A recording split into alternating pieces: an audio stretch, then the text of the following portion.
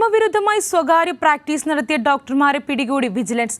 64 ഡോക്ടർമാരെയാണ് vigilance പിടികൂടിയത്. Operation private practice എന്ന പേരിൽ നടന്ന പരിശോധനയിലാണ് വിജിലൻസ് നിയമവിരുദ്ധമായി പ്രാക്ടീസ് നടത്തിയ ഡോക്ടർമാരെ പിടികൂടിയത്. സർക്കാർ മെഡിക്കൽ കോളേജുകളിലെയും ജില്ലാ, ജനറൽ, താലൂക്ക് ആശുപത്രികളിലെയും ഡോക്ടർമാർ സ്വകാര്യ പ്രാക്ടീസ് നടത്തി രോഗികളിൽ നിന്ന് വൻതുക കൈപ്പറ്റുന്നുവെന്ന പരാതിയിലാണ് സംസ്ഥാന വ്യാപകമായി വിജിലൻസ് ഓപ്പറേഷൻ പ്രൈവറ്റ് പ്രാക്ടീസ് എന്ന പേരിൽ മിന്നൽ പരിശോധന നടത്തിയത്.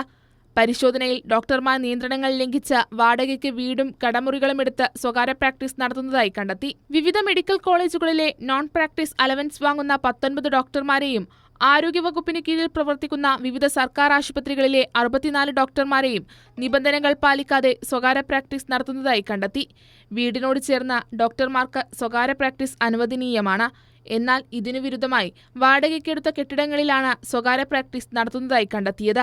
സ്വകാര്യ പ്രാക്ടീസ് കേന്ദ്രങ്ങളിൽ പുറമേയുള്ള ജീവനക്കാരെ നിയോഗിക്കരുതെന്ന ചട്ടവും പാലിച്ചില്ല. ഇത്തരത്തിൽ ചട്ടലംഘനം നടത്തിയ ഡോക്ടർമാരുടെ വിവരങ്ങൾ മേൽ നടപടികൾക്കായി സർക്കാരിന് കൈമാറുമെന്ന് വിജിലൻസ് ഡയറക്ടർ അറിയിച്ചു. കൈരളി ന്യൂസ്, തിരുവനന്തപുരം.